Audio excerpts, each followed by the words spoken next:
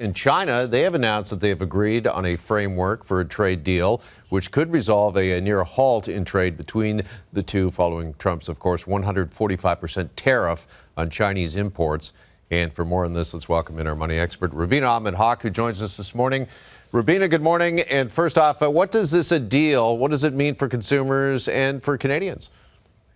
Well, it's hopefully going to keep prices lower. A lot of the things that we buy from China, we buy on an everyday basis. A lot of cheaply made items, we're able to keep those costs lower because they're coming from factories where the cost is not as high to bring them over. This new deal, 145% tariff that you had mentioned there was the old number, 55% tariff on goods coming into the United States and 10% tariff on U.S. imports into China.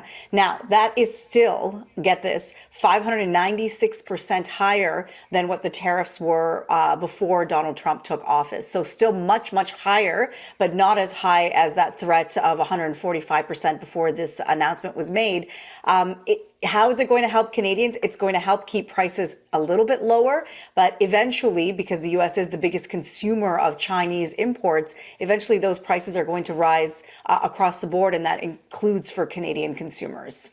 Okay. And it leads into my next question here. Trade and tariffs, no surprise, being cited as major factors by the World Bank, which says the global economy is on track for its worst decade since the 1960s. What more can you tell us about this report?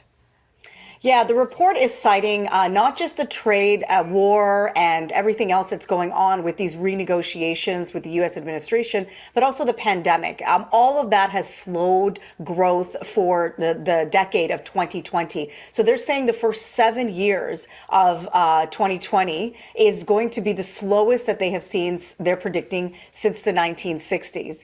They were predicting growth of about 2.7%, and now they're saying global growth would be at 2.3%.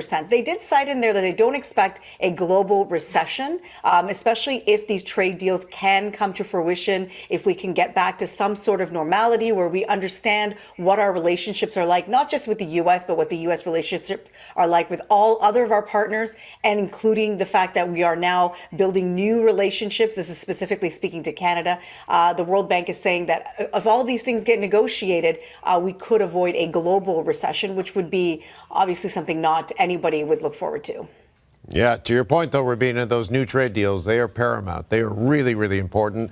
And thank you so much for this morning. Appreciate the time and the perspective as always.